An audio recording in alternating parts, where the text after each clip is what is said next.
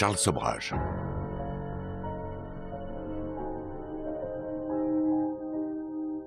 La prison de Tillard.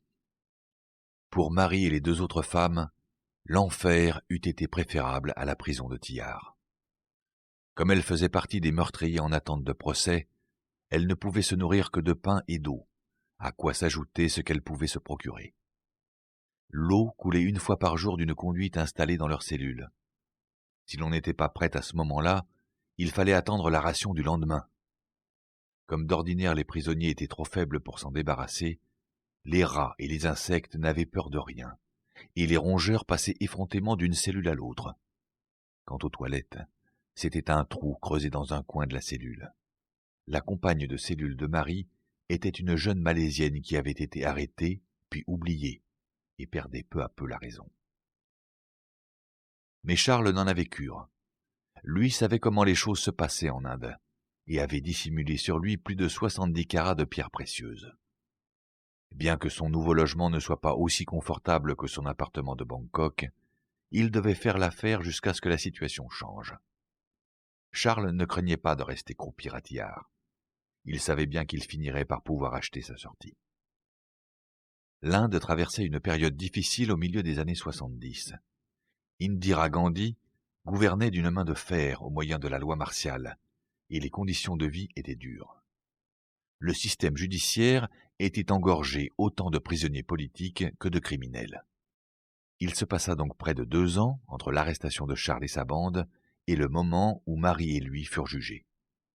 Entre-temps, le désespoir avait poussé Mary Ellen et Barbara à tenter de se suicider. Charles se portait naturellement très bien. Le procès de Charles Sobhraj mériterait un livre à lui tout seul.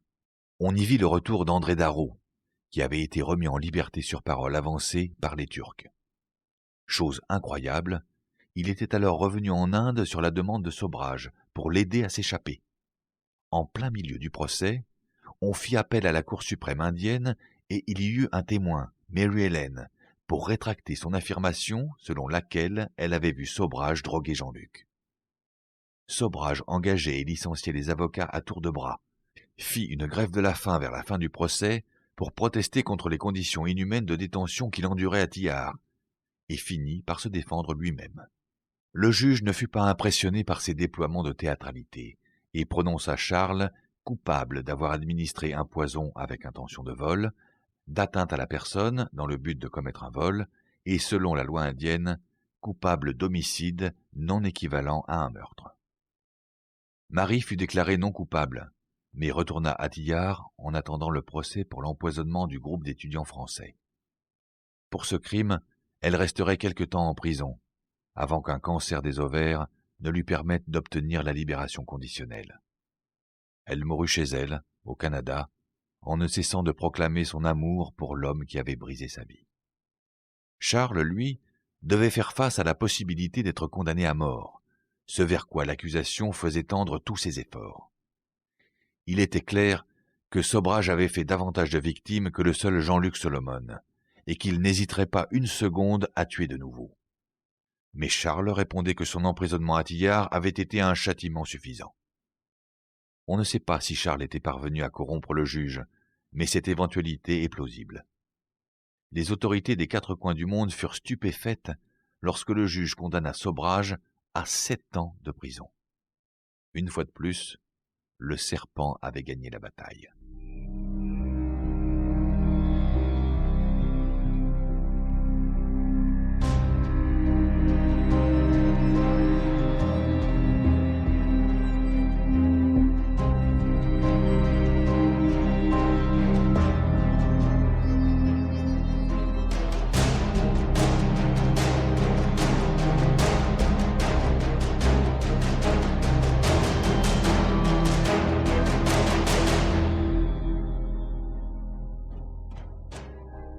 Aujourd'hui. Charles fut également condamné à 5 ans de prison, qui s'ajoutèrent aux 7 déjà récoltés, lors du procès pour la tentative avortée de vol des étudiants français. Bien que préférable à la peine de mort, cette condamnation posait un problème à Sobhraj. Puisque le mandat que la Thaïlande avait passé contre lui devait rester en vigueur pendant 20 ans, il serait expulsé à sa sortie de prison et très certainement exécuté. En 12 ans, les témoins auraient largement le temps de disparaître. Mais s'échapper de Tillard, ce qui n'était pas insurmontable pour quelqu'un comme le Serpent, ferait de lui un criminel recherché dans tous les pays. Sobrage avait besoin d'un plan. Il avait quelques années devant lui pour en peaufiner un solide. Pendant le temps où il purgea sa peine en prison, Charles était littéralement à la tête de l'établissement. Il ne manquait de quasiment rien et comptait détenus et gardiens parmi ses amis.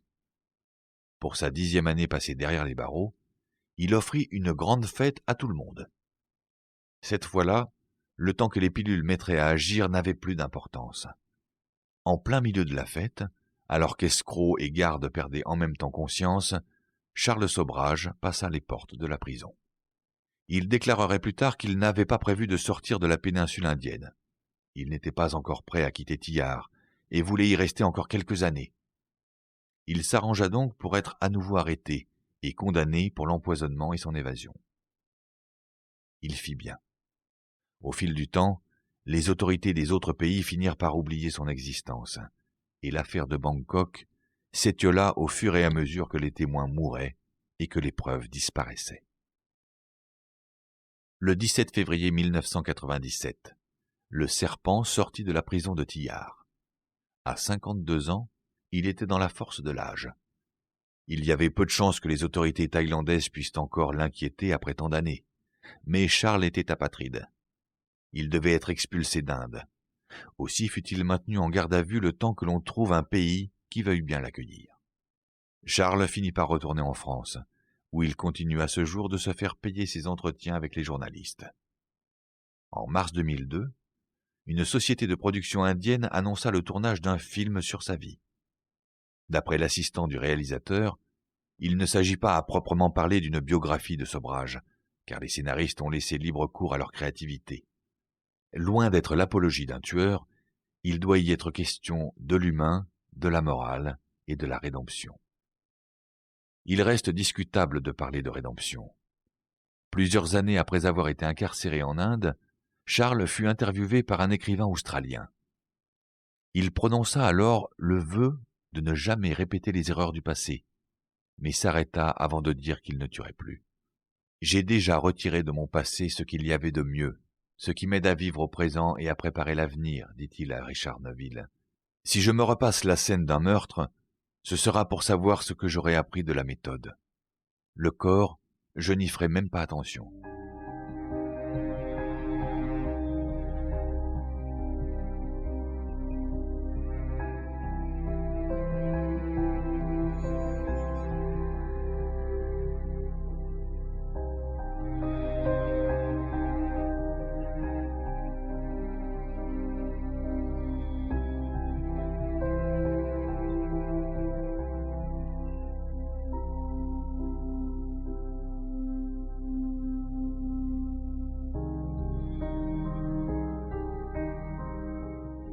Dernier rebondissement. En septembre 2003, Charles Sobrage fut arrêté au luxueux Casino Royal qui se situe dans l'hôtel Yak et Yeti à Katmandou au Népal. D'après l'agence de presse Worldstream, Charles devait son arrestation au fait d'avoir utilisé un faux passeport pour entrer au Népal en 1975. Mais en réalité, il avait été arrêté pour être interrogé sur les meurtres de 2 randonneurs. L'étudiante en radiologie Connie Jo Bronzik, 29 ans, de Saratoga en Californie, et son petit ami, Laurent Ormond Carrière, de Manitoba au Canada. Les 2 corps furent découverts en 1975, dans un champ, à la périphérie de Katmandou. On avait tenté de détruire les preuves en brûlant les corps. Sobrage nia toute implication dans cette affaire. Il se défendit en arguant que l'une des victimes n'avait jamais été identifiée de manière certaine, et que les autorités n'avaient aucune preuve qu'il se trouvait dans le pays au moment de ces meurtres. En octobre 2003, le juge Bir Singh Mahara ordonna que Sobrage soit relâché, tout en arrangeant une autre audience pour le mois suivant. En quittant le tribunal, Sobrage dit « J'ai été disculpé, c'est la preuve que je disais vrai ». Néanmoins, les autorités finirent par changer d'avis et le firent à nouveau arrêter pour meurtre. Le procès eut lieu pendant l'été 2004. et Sobrage fut déclaré coupable du double meurtre. Il fut condamné à la prison à vie, et on saisit tous ses biens. Sobrage fut stupéfait de la rapidité de ce procès, ainsi que du verdict, et déclara avoir été condamné sans preuve ni témoin. Par conséquent, il fit immédiatement commencer la procédure d'appel. Pendant qu'il travaillait à son appel, Sobrage fit une audacieuse tentative d'évasion en novembre 2004. Il utilisa son ordinateur portable, un téléphone sans fil et un téléphone portable pour envoyer un email à un ami, à qui il demanda un produit chimique capable de faire perdre conscience à ceux qui y sont exposés. Il avait l'intention de l'utiliser pour droguer les gardes et s'échapper, mais la police l'en empêcha. Il avait pourtant réussi un coup similaire 18 ans plus tôt, même s'il avait été recapturé au bout de 3 semaines. Pendant ce temps, la cour d'appel de Patan, au Népal, ordonna qu'on reprenne l'enquête sur les 2 meurtres, à cause de l'insuffisance de preuves qui avaient été présentées au tribunal. La cour demanda au gouvernement de faire interroger 2 policiers, ainsi que les personnes ayant un lien avec l'hôtel où étaient descendues les victimes, dont les propriétaires et le gérant, et de les faire se présenter devant la barre. L'enquête suit toujours son cours.